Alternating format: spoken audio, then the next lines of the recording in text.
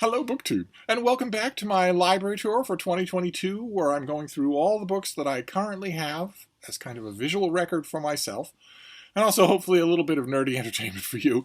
And I put out the call for other people to do library tours, to make 2022 the year of library tours. And a bunch of people have responded. I hope more of you do. And, of course, naturally, deep down in my heart, there were two responses that I was looking for. My fellow Three Musketeers, Jason Harridan and Mark Richardson of Richardson Reads. And Jason has jumped in with both feet. Mark has yet to seem to agree to do a library tour, despite the fact that he launched his channel with an epic library tour. I urge you all to go to his channel and look back at he has a huge library. I think it'd be fascinating to see how it's changed, but maybe he's not in the mood.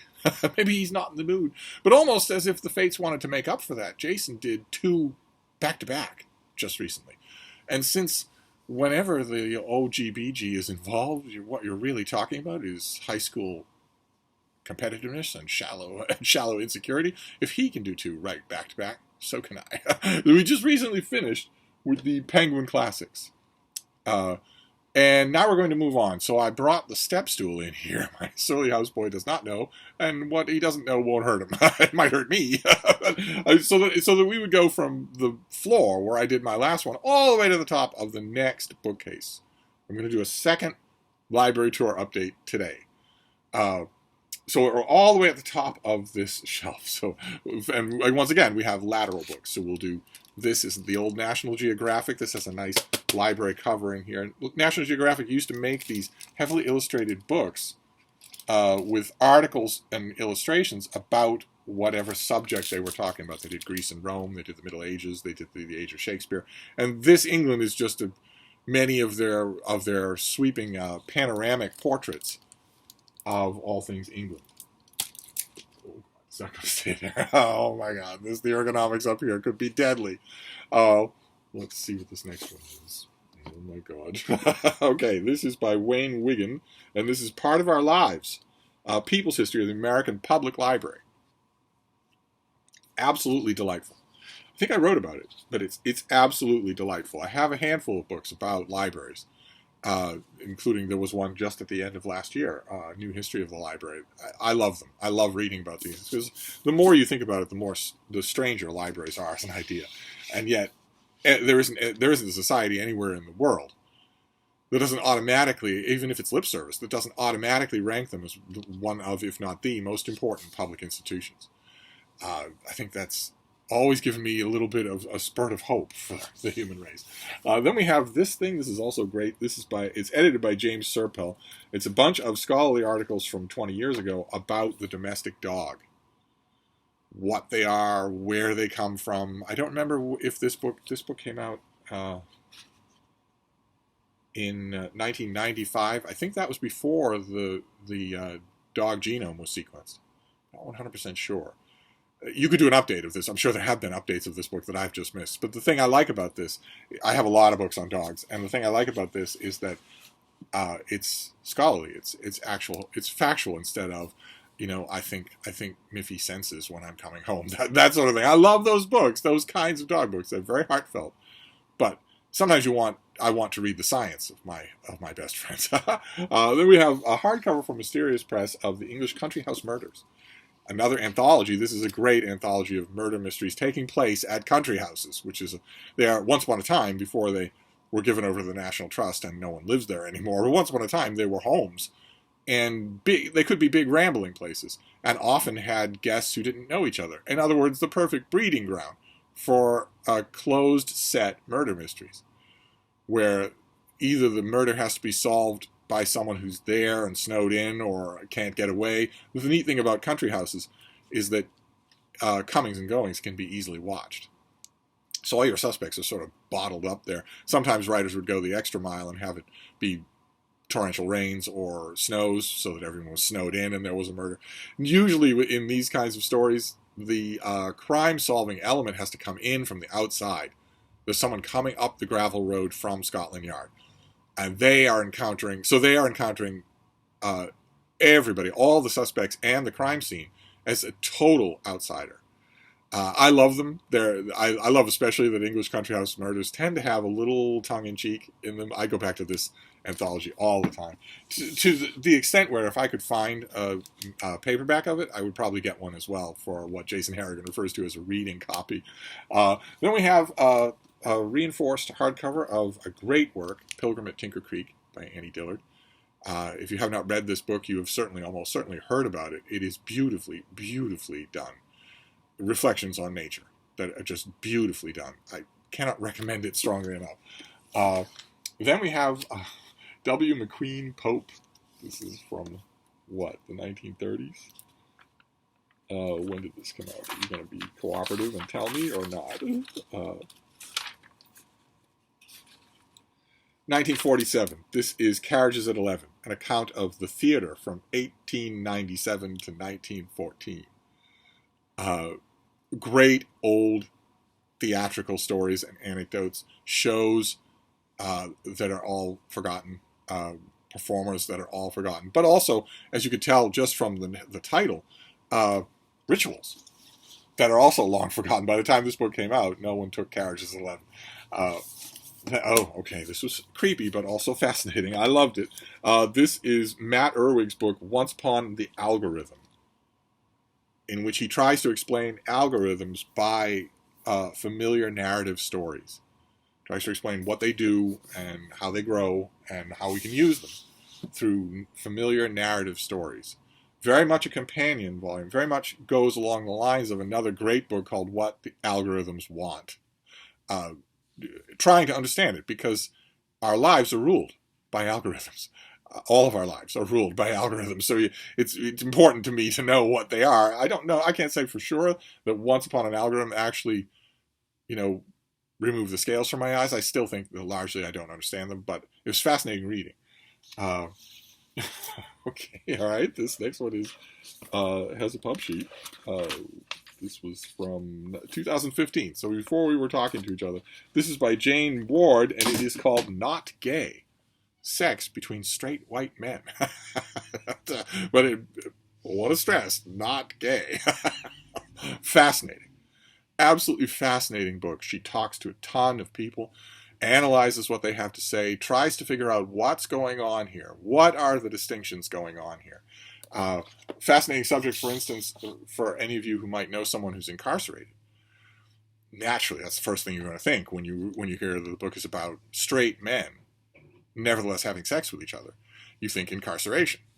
It's the butt of a million jokes. It's also an incredibly prevalent phenomenon and is worthy of study. What is going on in a situation where men don't feel, or actually don't feel like they have, or actually don't have potential female sex partners? They don't stop having sex. So whether it's a prison or a monastery or a boarding school, whatever it is, they don't stop having sex. Instead, they adapt. And how do they do that? What are the social rules that crop up for how they do that? And what are the mental rules as well? In their own minds, what distinctions are they making? Because none of these men would say they're gay. A fascinating subject. Wanted the book to be 3 times as long. Okay, this next one is A Walk Through the Year by Edwin Way Teale, as part of the Nature Classics, Library of Nature Classics, that was put out by, don't know, Dodd Mead and Company, I think, did this. But this is, Edwin Way Teale did 4 books where he follows the seasons in America. The traditional old 4 seasons, when America had 4 seasons. Whereas now America has 2 weeks of cold, 11 months of extreme heat and humidity, and a few weeks of fire.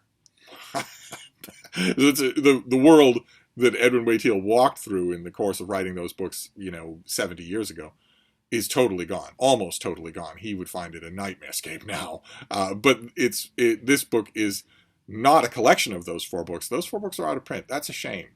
They shouldn't be. They're really good. But this is sort of him going through those 4 and picking out and making just one volume. This is sort of an abridgment of those 4. Okay. All right, here's a book that would certainly occur if Mark Richardson were to do an updated library tour of his own. This is Peter Fricker's book, Book of the Seven Seas. There's the old salt looking at the globe. I want to point out that is just a stereotypical old salt from a cover illustration. That is not, in fact, Mark Richardson. And this is tons and tons of lore and stories, excerpts and whatnot, all kinds of nautical stuff. One of the great nautical volumes that's ever been put together. I have a bunch of other of those, but are they all together? No, no, they are not. Okay, then we have, this is from the beginning of the 20th century. Let me see if this one is any more cooperative with a date.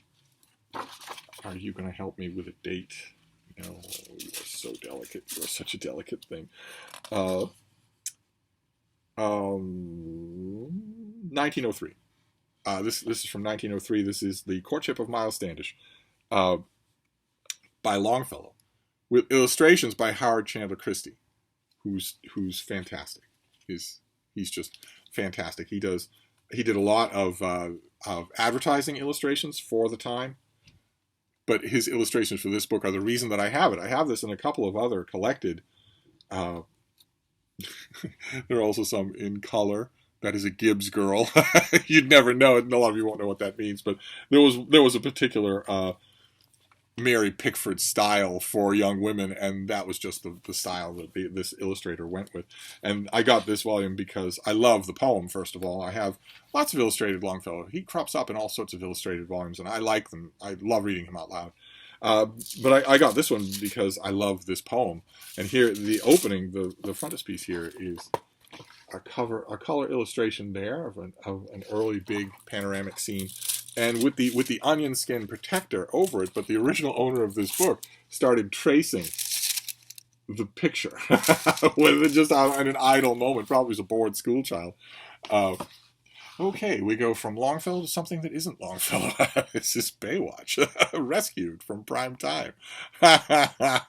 This is a big color book, a behind-the-scenes look at the greatest TV show in the history of the world, Baywatch. That tall drink of water right there in the back, believe it or not, is Jason Momoa. The gigantic grizzled star of Aquaman. That is when he was a boy. He was on Baywatch as a boy, straight from modeling in Iowa. And this is the very beginnings, how the show started, and all the way there's Erica Eleniak and Billy Warlock, all 4 feet tall. It goes through all the original cast members, all the different writing struggles of the show, how you get to film a show on a beach, what kind of permissions you need. Just a terrific book. Very happy that they put Mike Bergen on the cover there. He deserves it. He deserves to be on there. I wish there were more books like this about the entertainment industry. I certainly wish there were more books like this about Baywatch, but this one will do. This one will do. It's terrific. And I also like that the writers, Gregory Bonin and Brad Allen Lewis, don't pull any punches. This is not just studio press releases. They don't pull any punches. Some of their portraits of some of the people involved are pretty harsh. They're pretty two-fisted. Ordinarily, you don't find that in entertainment industry books because everybody needs another job. But in this book, we get all sorts of very frank assessments of Pamela Anderson and all of the hangers-on on the set, of all of the new actors, and some of the politics that went awry. The writers write about how an actress would come to them and say, well, I got 2 fan letters this season, so I want more money. And they would say, no, no, we have a contract. And if the actors leave, the writer said, there isn't one of them that pulled that sort of stunt, that didn't then ask to come back. And the answer was always no. Fascinating stuff. Love that kind of thing. When it's done well, I love that kind of thing. Then we have, oh goodness gracious. This is a great book. This is the Country House Library by Mark Purcell. From Yale. Is this Yale? Yes. Big illustrated look at, again, we have the English Country House, but here it's just the libraries. What do these things have? Oh my God, look at that. What is the library like in these houses? It goes through, I think, 24 houses. Fantastically interesting stuff. I was wrong. I mean, I was being sarcastic when I say that English country houses are now all belong to the National Trust. They don't. Quite a few of them are still lived in by their original owners. And quite a few of those houses, the owners will throw them open to the visiting public on Mondays or Tuesdays or something like that. Live it the rest of the time privately. And in a lot of cases, there is a library that the public looks at, and then there's another library that the public doesn't see. in an English country house. That's a lot less prettified and usually fuller of books. Fascinating, just fascinating to read about.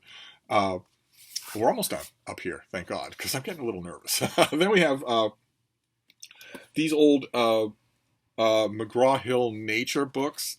They did once upon a time, years ago, decades ago, they did a whole series of illustrated nature books. This one is The Life of the Marsh, which I love. I have looked at this thing so many times. This gives you all of the nature and the ecology of marshes. Peat marshes, salt marshes. The salt marshes are the thing that drew me to this, because I have spent so much time on the salt marshes of the Northeast. So much time, more than I can describe. Me and my dogs on the salt marshes of the Northeast, either crowded into a canoe, because sometimes there's just no way to walk across these things.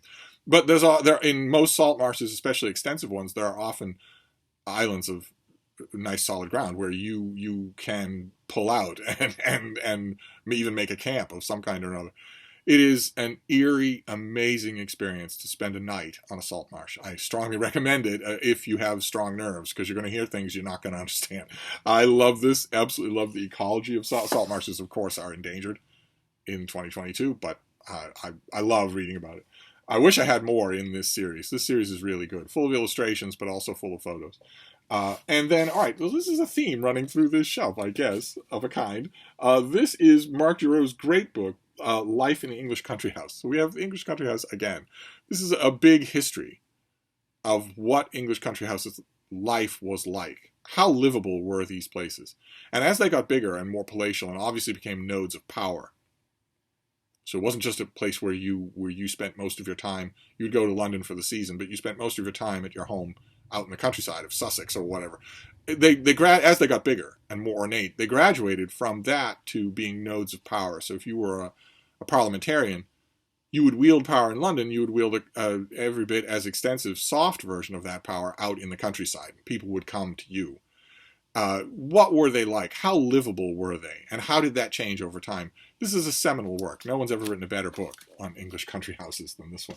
And I guess that's the theme of this particular shelf way up here in the clouds.